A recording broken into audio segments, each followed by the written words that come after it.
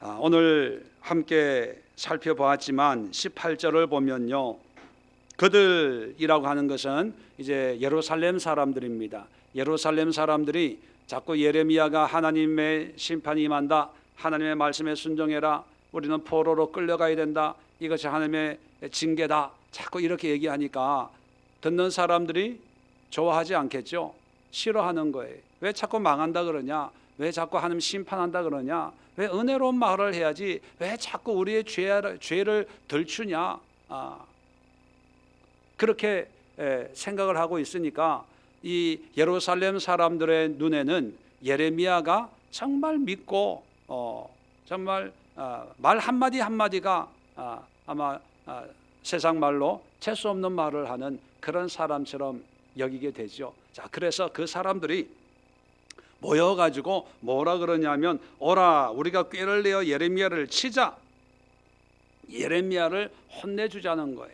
죽여버리자, 없애버리자 그러는 거예요. 왜냐하면 제사장에게서 율법이, 지혜로운 자에서 책략이, 선지자에게서 말씀이 끊어지지 아니할 것이오니. 무슨 얘기입니까?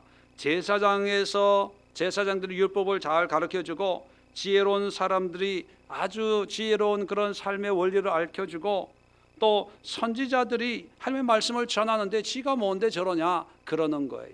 우리에게는 제사장도 있고 지혜로운 사람도 있고 선지자들도 있으니까 저 사람 하나 없어진다고 큰 문제가 안 된다, 그렇게 얘기하는 거예요.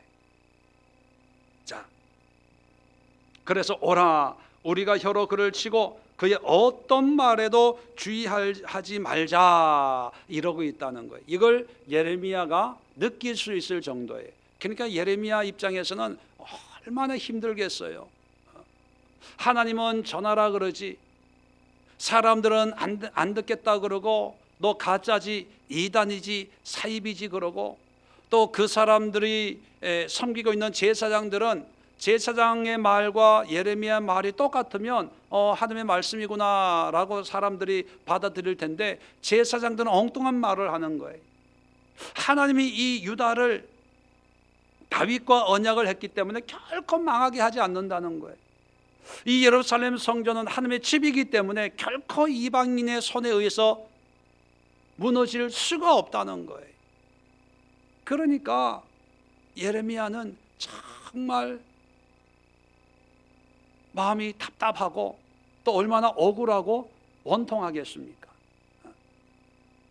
거기다가 이제 사람들이 예레미야를 미워해서 결국은 죽이자, 이런 음모가 이제 공공연하게 이제 드러나게 되는 그런 상황이었다는 거죠. 그러면서 19절에 여호와여 하면서 하나님 앞에 기도합니다. 자, 기도하는데 21절부터 그러하온즉 이 악한 사람들이 나를 죽이려고 해하려고 구덩이를 파고 음모를 꾸미고 있습니다 라고 얘기를 기도하면서, 그런즉 21절 보세요. 그들의 자녀를 기근에 내어주시며 그들을 칼의 세력에 넘기시며 그들의 아내들은 자녀를 잃고 과부가 되며 장정은 죽음을 당하며 그 청년은 전장의 칼을 맞게 하시고, 주께서 군대로 갑자기 그들에게 이르게 하사 그들의 집에서 부르짖음이 들리게 하옵소서. 이는 나를 잡으려고 구덩이를 팠고 내 발을 빠뜨리려고 올무를 놓았음이니이다, 이렇게 기도하는 거예요. 자, 이 기도를 보면 은혜로워요, 안 은혜로워요? 여러분은 이런 기도 해본 적 있으세요? 누가 나를 힘들게 해, 내 마음을 아프게 해요. 그러면 하나님, 저 집은 과부가 되게 하시고 자녀는 고아가 되게 하시고 올무에 걸려 넘어지게 하시고 엎어지게 하시고 무엇을 하든지 다 망하게 하옵소서. 우리 신앙 양심 또는 일반적인 그런 기도의 모습으로 비춰보면 이런 기도는 은혜로운 기도라고 우리가 할 수가 없어요. 어떻게 이렇게 기도하냐? 차라리 한 대 맞으면 맞고 죽이려고 하면 내가 고난을 당하지, 그냥 우리가 기도하는 건 뭐예요? 하나님 아시지요? 보시지요? 그 정도밖에 없잖아요. 그런데 예레미야는 하나님의 사람이에요. 자기가 하나님의 말씀을 전한다고 해서 사람들이 좀 반감을 가지고 오히려 공격을 한다고 해서 그 얘기를 듣고 죽여 주시옵소서, 용서하지 마옵소서, 뭐 과부가 되게 하옵소서, 그 자식들은 청년들은 다 전쟁에 나가서 다 죽게 하옵소서, 이런 기도는 우리 기준으로는 그렇게 쉬운 기도가 아니라는 거예요. 근데 성경은 그것을 기록하고 있다는 거죠. 그리고 여러분, 예레미야만이 아니라 시편에 보면 이런 저주의 기도가 심심찮게 기록이 돼. 몇 군데만 한번 찾아보겠습니다. 시편 35편 보세요.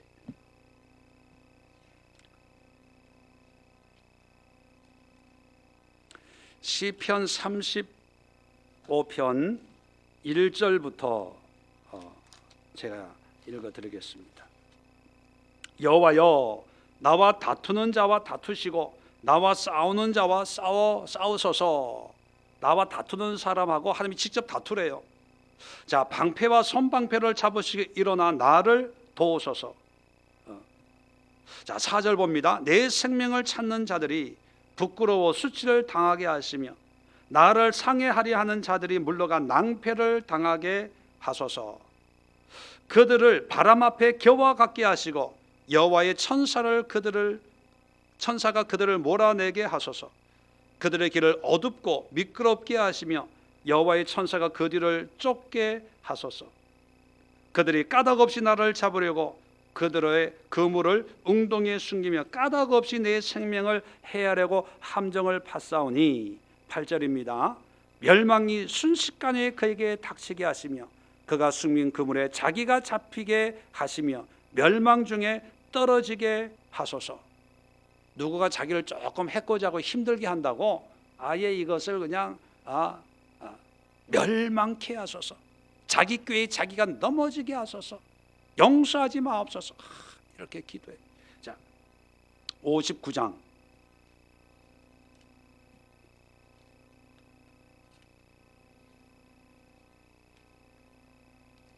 자, 59장 11절로 16절까지. 자, 11절. 자, 이제 그들을 죽이지 마옵소서. 그들을 죽이지 마. 그들이라고 하는 것은 다윗을 힘들게 하는 사람들이에요. 죽이지 말라고 하니까 참 이건 은혜로운 기도인가 보다 하는데 한번 보세요. 그들을 죽이지 마옵소서. 나의 백성이 잊을까 하나이다. 우리 방패 되신 주의 능력으로 그들을 흩으시고 낮추소서. 왜 죽이지 말라고 한 이유가 오래 살게 해달라는 게 아니라 고통을 받게 해달라는 거예요. 죽으면 끝나니까. 끝나면 있잖아요. 나는 이렇게 힘든데 저 사람이 죽으면 그걸로 끝나니까 그냥 잊지 않도록, 끝나지 않도록 살려가지고 오래오래 고통당하게 해달래요. 야, 이게 무슨 심보예요? 자, 계속해서 봅니다. 12절에 그들의 입술의 말은 곧 그들의 입의 죄라. 그들이 말하는 저주와 거짓말로 말미암아 그들이 교만한 중에 사로잡히게 하소서. 진노하심으로 소멸하시되 없어지기까지 소멸하사 하나님이 야곱 중에서 다스리심을 땅끝까지 알게 하소서. 그들에게 점으로 돌아와서 개처럼 울며 성으로 두루 다니게 하소서.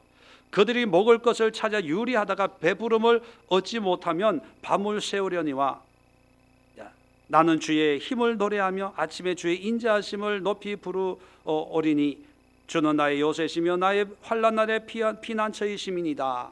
뭐예요? 개처럼 그냥 굶주리고 빌어먹게 해달라는 거예요. 그러나 나는 하나님만 찬양하고 기쁘고 즐겁게 살겠습니다. 그거예요. 자, 69장 21절. 그들이 똑같은 대상입니다.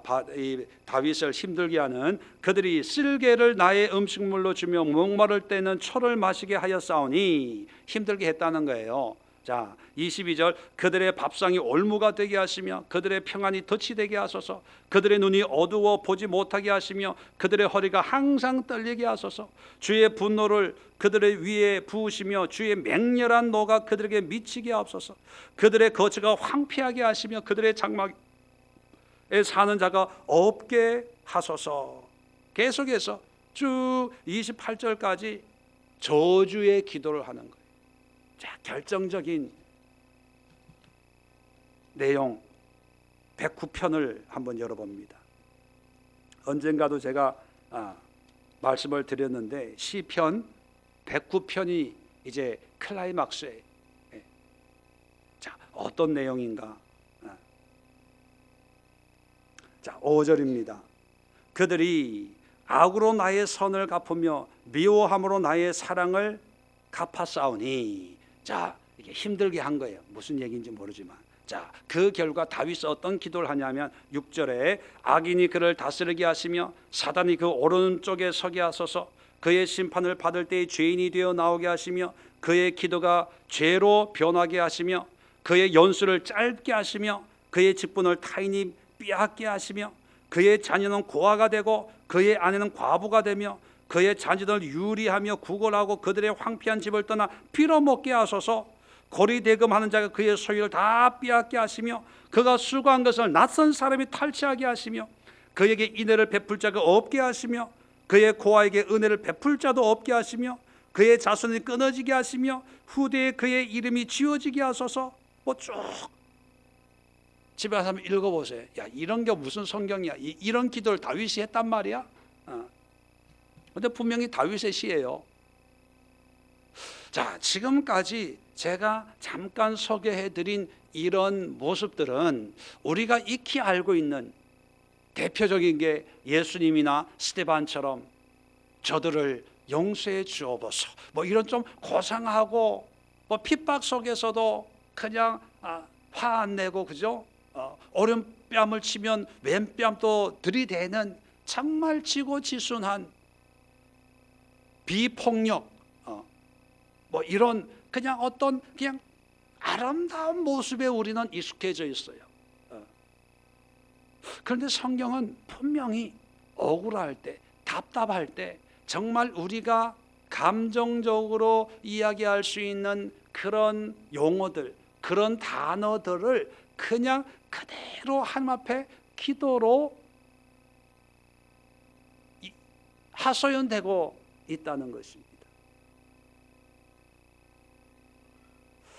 우리는 어떤 상황에서 나는 참아야 된다 믿으니까 그런 생각이 있고, 또 하나님 앞에는 그냥 참아 이런 감정을, 억울함을, 이런 애통함과 답답함과 또 우리의 어떤 그런 느낌들, 감정들을 그냥 드러내기보다는 속은 쭉 깼는데 전지전능하신 하나님, 오늘도 우리에게 일용할 양식을 주옵시고 하나님 아시지요, 보시지요. 하나님께서 나를 위로해 주시고 구원해 주옵소서. 뭐 이런 그냥 고상한 기도를 드리는 것이, 그것이 바른 신앙과 믿음과 기도의 모습이라고 하는 그런 생각을 가지고 있습니다. 결론적으로 말씀드리면요, 아니에요. 그런데 그렇다고 해서 그러면 우리의 감정적인 것을 마음대로 느껴지는 그대로 그냥 표현해도 되냐? 또 그것도 아니에요.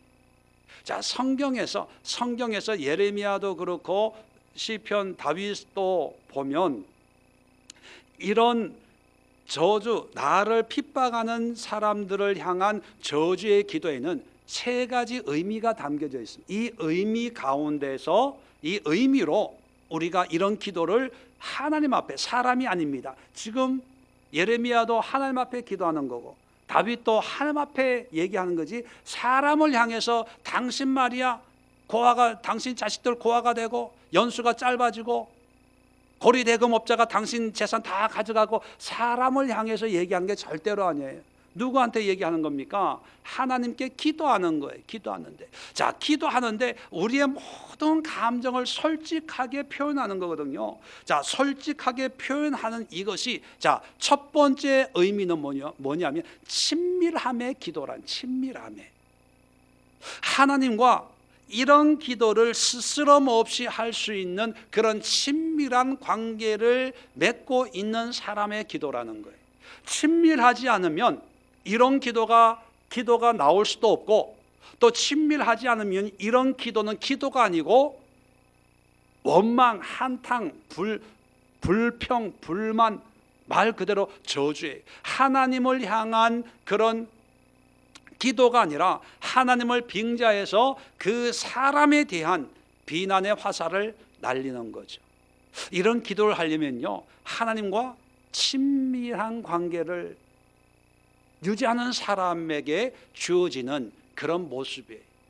예레미야도 하나님과 친밀하니까 자기에게 일어나는 모든 일들을 하나님 앞에 그대로 고백하는 거예요. 저들이 나를 죽이려고 합니다. 어떻게 하면 좋습니까? 왜 저들이 선을 악으로 갚으려고 그러죠? 정말 화가 나요. 정말 짜증이 나요. 하나님 아시잖아요. 저들을 죽여 주옵소서. 자, 그럴 때 하나님께서 예레미야의 말 한마디 한마디에 응답해서 하나님의 역사하실까요? 아니에요. 하나님의 뜻과 주권 가운데 역사를 하시겠지요. 이런 예레미야의 마음, 애통함, 억울함을 하나님이 보시는 거예요. 지난주에도 말씀드렸지만 하나님은 어떤 분입니까? 우리의 심장과 폐부를 감찰하는 분이다, 그렇게 말씀을 하고 있어요. 그런 한마디 한마디의 어떤 단어적인 것, 상황적인 것을 하나님이 좌지우지하는 분이 아니고, 하나님은 하나님의 주권으로 하나님께서 하실 일을 해요. 그런데 친밀한 자의 그런 관계에서 다윗과 예레미야는 자기의 감정이나 이런 것을 그냥 자연스럽게 하나님 앞에 보여드리는 거예요. 우리도 그렇잖아요. 좀 친하지 않으면 밥을 먹고 차를 마시면서도 어떤 얘기를 합니까? 그냥 주변 얘기를 해요. 주변 얘기. 예, 세상 돌아가는 얘기. 근데 친한 사람들한테는 무슨 얘기를 해요? 내 생각을 얘기하는 거예요. 왜? 친하니까, 신뢰가 가니까, 믿을 수 있으니까, 그죠? 그리고 진짜 이 사람의 도움을 받고 싶어서 내 얘기를 하는 거예요. 마찬가지입니다. 우리가 하나님과 친밀함을 강조하잖아요. 하나님과 동행하는. 자, 그런데 정말 친밀함은 물론 삶의 여러 곳에서 나오지만, 내가 힘들고 어려울 때, 그때에 내가 하나님과 어떤 관계를 맺고 있는가. 여전히 형식이라고 하는 것은 우리가 익히 알고 있는 기도의 형식들이 있잖아요. 찬양하고 감사하고 우리의 상황과 형편만을 쭉 도와주시고 해결해 주시고 그런 게 아니라 정말 친한 친구를 만나서 내 문제를 상담하듯이, 하나님 이럴 때 정말 내가 기분 나빴거든요. 마음 같아서는 암이 걸리고 뭐가 사업이 망하고 병들고 쫄딱 망해가지고 부도나고 그랬으면 딱 좋겠어요. 사람한테 얘기하면 큰 문제가 될 수 있어요. 그런데 하나님과의 관계에서는 그것이 친밀함의 척도라는 거예요. 그래서 여러분, 하나님하고 친밀함을 유지하기 위해서도 그렇고, 또 친밀함의 결과로서 우리의 기도 생활이 그냥 일반적인 기도의 모습이 아니라 친구처럼, 상담자처럼 내 삶을 또 모든 것을 아시는 그런 어떤 하나님의 주권 앞에서 우리가 솔직하게, 우리의 감정에 솔직하고, 우리의 상황에 솔직하고, 우리의 형편에 솔직한 그런 기도를 할 수 있어야 된다는 거예요. 그래서 예수님께서도 겟세마네 동산에서 어떤 기도를 했습니까? 할 수만 있거든 이 잔이 내게서 지나가게 하소서. 이게 정말 솔직한 기도예요. 예수님 입장에서는 우리는 아마 우리가 예수님이었다면 아마 이런 기도를 할 거예요. 우리의 두려움이나 염려 이런 걸 다 누르고, 하나님 이제 십자가가 조금씩 보이는군요. 이 십자가를 잘 감당할 수 있도록 주여 능력을 줄 줄로 믿습니다. 그렇게 기도하지만 속에는 두려움이 있잖아요. 예수님도 사람이니까 두려움이 있겠죠. 그러니까 땀방울이 핏방울처럼 떨어지도록 기도했겠죠. 그럴 때 할 수만 있거든 이 잔이 내 앞에서 지나가게 해주세요. 참 이거 솔직한 기도거든요. 친밀한 기도예요. 인간적인 기도예요. 그런데 하나님이 지나가게 했나요? 아니에요. 그렇게 기도한다고 하나님 그래 내가 그 응답 들어줄게 이게 아니라, 하나님은 하나님의 일을 하시지만 그러한 기도를 통해서 친밀함의 관계를 우리가 엿볼 수가 있다는 거죠. 그래서 여러분들도 이런 친밀한 기도를 할 수 있도록 하나님과 깊은 영적인 교제를 할 수 있기를 바랍니다. 두 번째는요, 이런 기도는요 약한 자의 기도예요. 약한 자. 무슨 뜻이냐면, 내가 약하기 때문에, 약하다고 하는 것은 이런 억울함, 이런 두려움, 이런 문제를 해결할 능력이 나한테 있다는 거예요? 없다는 거예요? 없어요. 없기 때문에 할 수 있는 게 없어요. 그래서 두려워요. 걱정이 돼요. 하루하루가 두려움 속에 살 수밖에 없죠. 자, 그럴 때 약한 자들은 어떻게 반응을 하냐면, 도망간다든지 타협한다든지 아니면 외면한다든지 여러 가지 반응을 보이면서 그 두려움을 이겨내려고 합니다. 그런데 약한 자, 다윗이든 예레미야든 그 약한 자로서 우리에게 보여주는 행위는 뭐냐면, 하나님 앞에 기도하는 거예요. 기도하는 거. 기도하는데 어떤 기도입니까? 저주의 기도를 하는 거예요. 억울함의 기도, 원통함의 기도, 하소연하는 거예요. 탄원하는 거예요. 탄원. 하나님 앞에 원수를 갚아달라고 호소를 하는 거예요. 이게 뭐냐면 약하기 때문이에요. 자, 반대로 생각하면, 이런 기도를 안 하면, 문제는 여전히 있지만 이런 기도를 안 한다면 어떤 의미냐면요, 강하다는 거예요.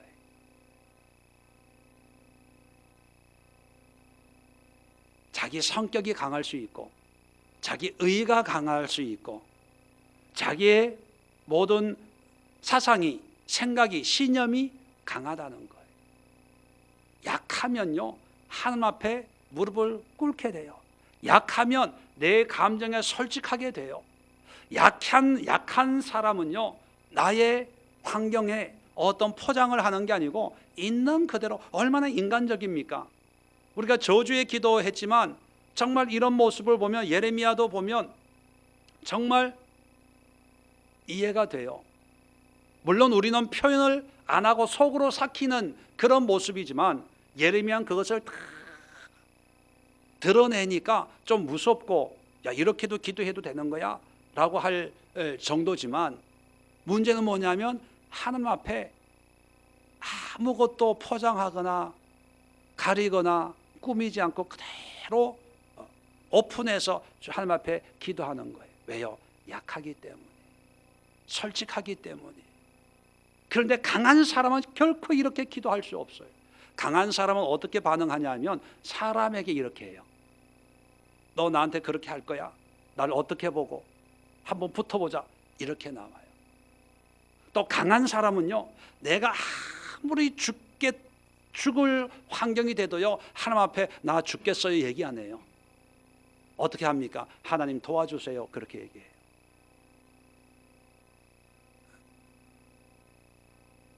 지금 제가 말씀드리는 것은 뭐냐면, 힘들고 어려울 때 우리가 약해지자는 거예요. 약해진다는 것은 뭐냐면, 내 생각에, 감정에 솔직하게 하나님 앞에 기도하자는 것. 시편 62편 8절에 보면, 백성들아 시시로 그를 의지하고 그 앞에 마음을 토하라. 토하라. 토하는 기도 몇 번 말씀을 드렸죠. 샤파크라는 단어거든요. 이 샤파크라는 단어는 쏟아붓는다 그런 뜻이에요. 그걸 토한다는 거예요. 우리가 뭐 멀미를 하거나 뭐 아플 때 토할 때 느낌 아시죠?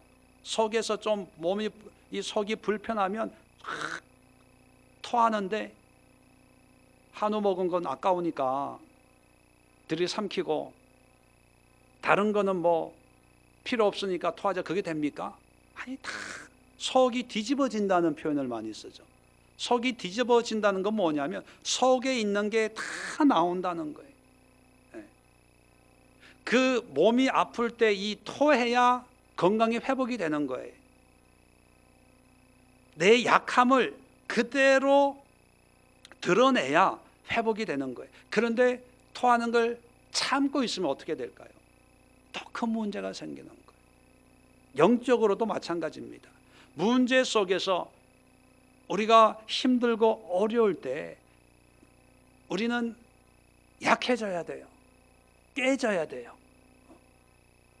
그래서 여러분, 어떤 문제가 생겼다, 모든 문제가 다 그런 건 아니지만 여러분이 한번 판단을 해보세요. 이 문제를 통해서 하나님이 나를 깨뜨리기 위해서 이런 문제를 주시는구나. 또 이런 문제 속에서 나를 낮추기 위해서 하나님 이런 문제를 주시는구나 라고 느껴질 때는 내가 낮아지고 깨어지고 약한 자가 되어져야 회복이 일어나요.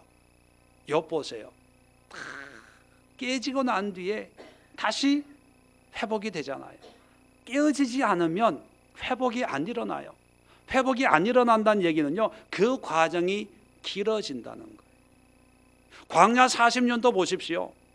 빨리 하나님의 뜻에 무릎을 꿇었으면, 죄송합니다 했으면 40년이 아닐 텐데 정탐을 갔다 와서 된다 안 된다 자기 판단으로, 자기 생각으로, 그게 강하다는 거거든요.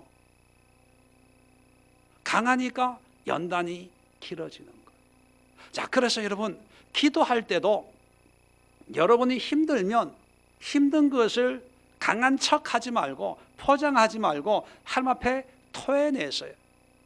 자, 이게 말처럼 쉽지가 않아요. 사람 앞에서, 마음 맞는 사람들 앞에서 토하는 건 잘해요. 근데 하나님 앞에서 토하는 기도, 이런 기도, 감정에 솔직하고 내 생각을 하나님 앞에 아뢰고, 이거 내가 거의 대부분의 사람들의 이런 기도를 가르쳐요. 이렇게 하라고 해요. 근데 잘 안 돼요. 거의 안 된다고 그래. 왜? 안 해봤으니까. 안 해봤으니까. 요즘에 영성 훈련하면서 말씀으로 기도하는 훈련 하잖아요. 잘 돼요, 안 돼요? 잘 안 돼요. 왜? 안 해봤으니까.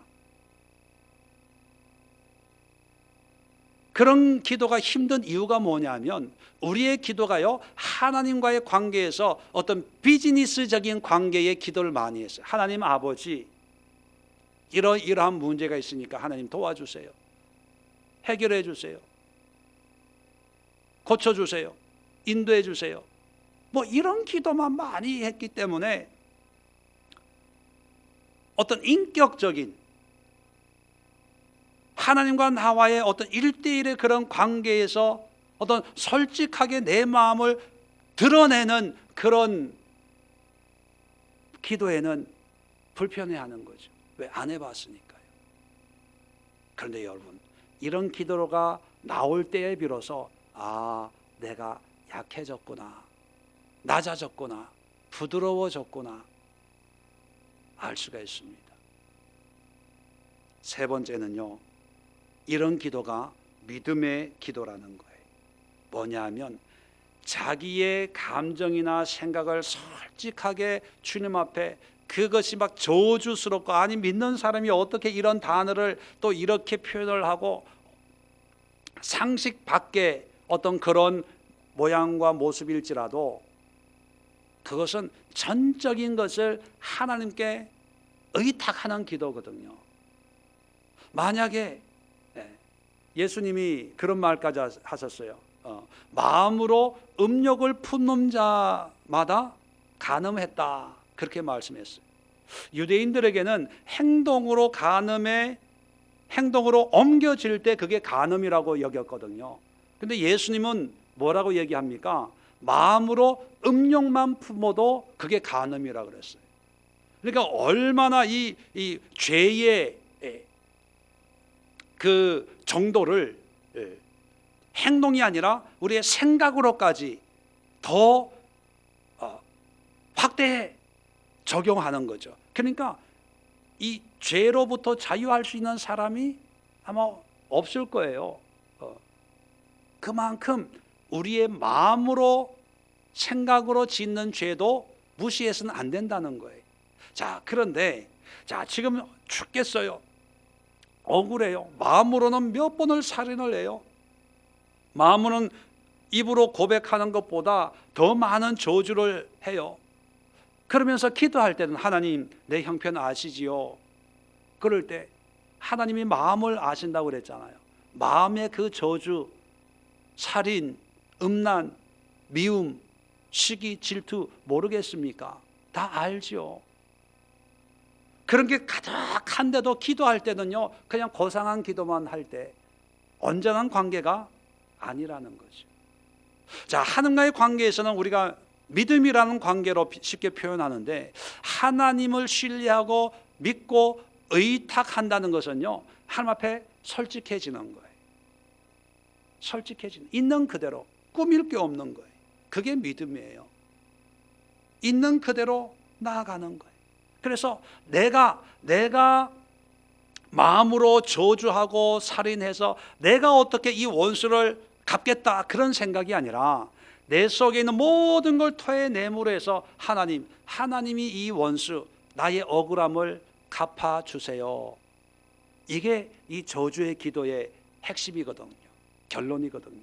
하나님, 나는 이런 죽이고 싶은데, 원수 같은 이놈들을 씨도 남기고 싶지 않은데 그럴 능력이 없습니다.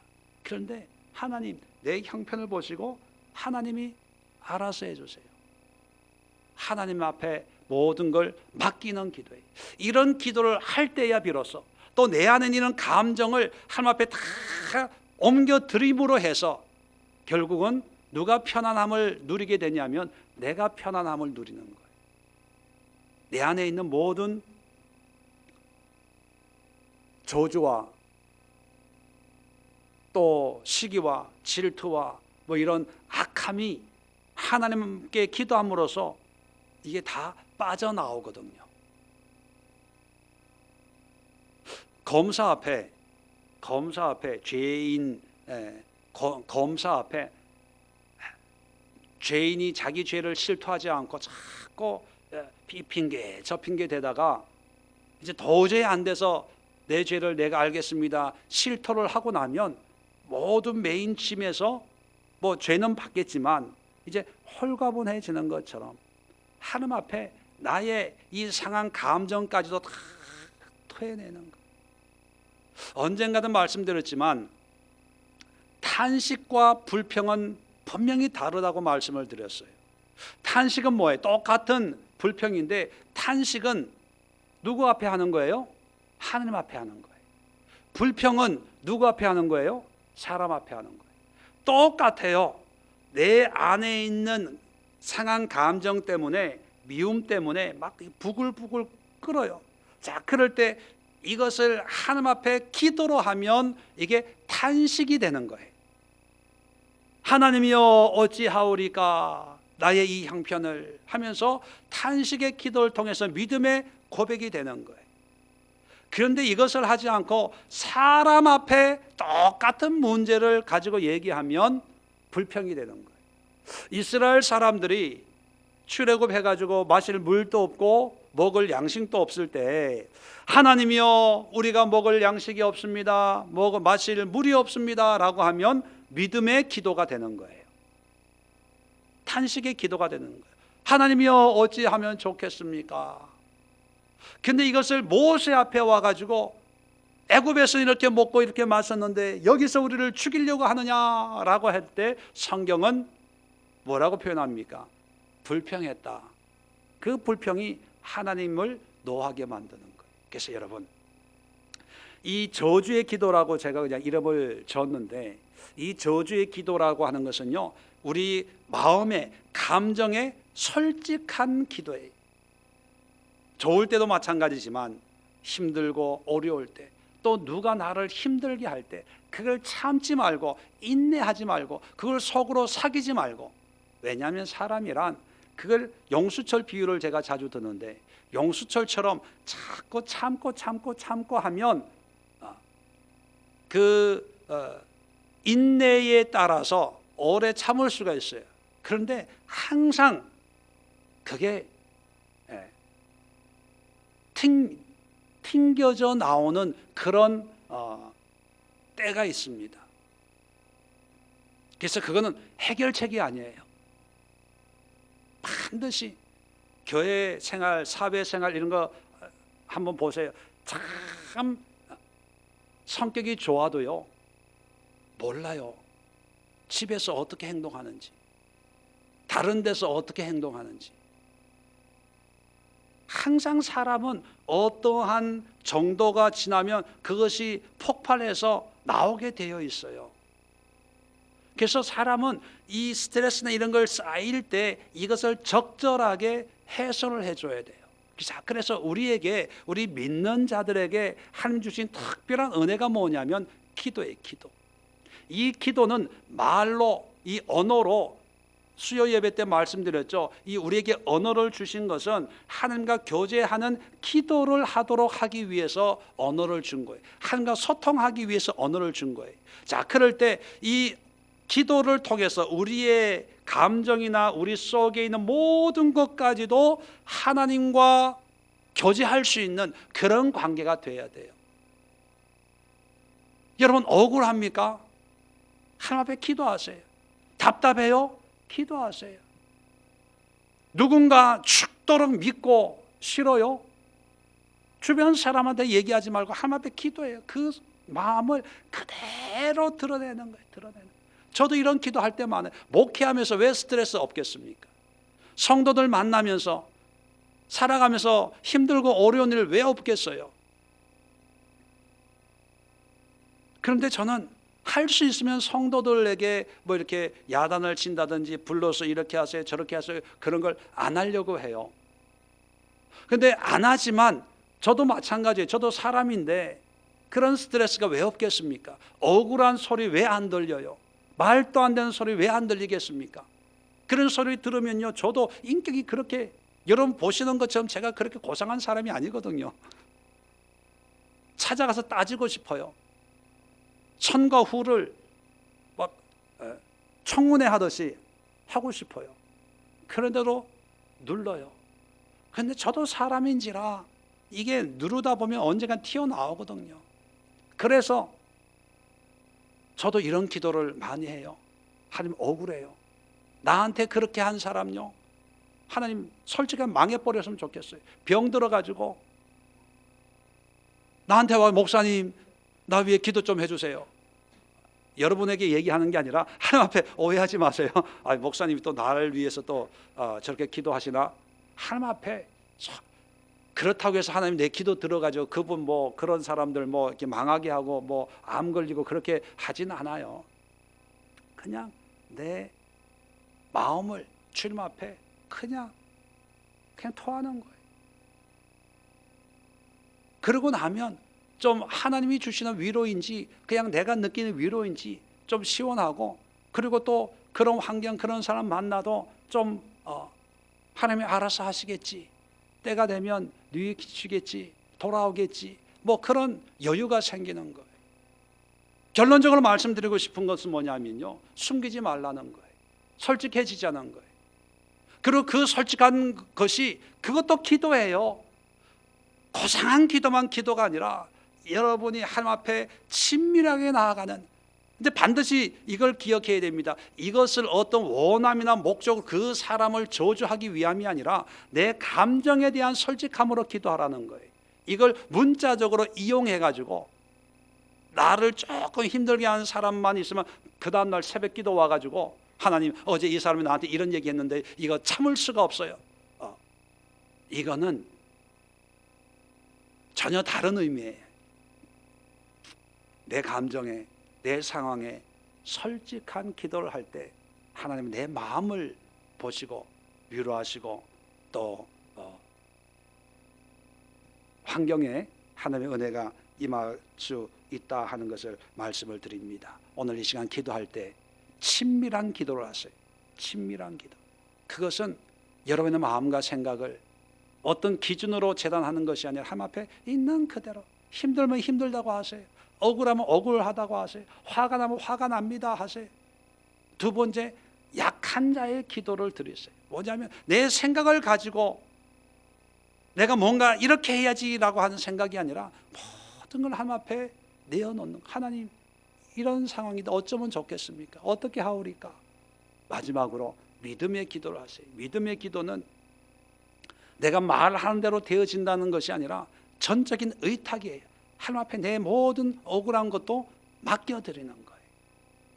이것이 오늘 저주의 기도로 기록되어 있는데, 이런 기도처럼 오늘 여러분 솔직한 친밀한 약한 자의 기도를 주님 앞에 드릴 수 있는 그런 기도 시간을 함께 갖기를 바랍니다. 기도합니다. 하나님 아버지,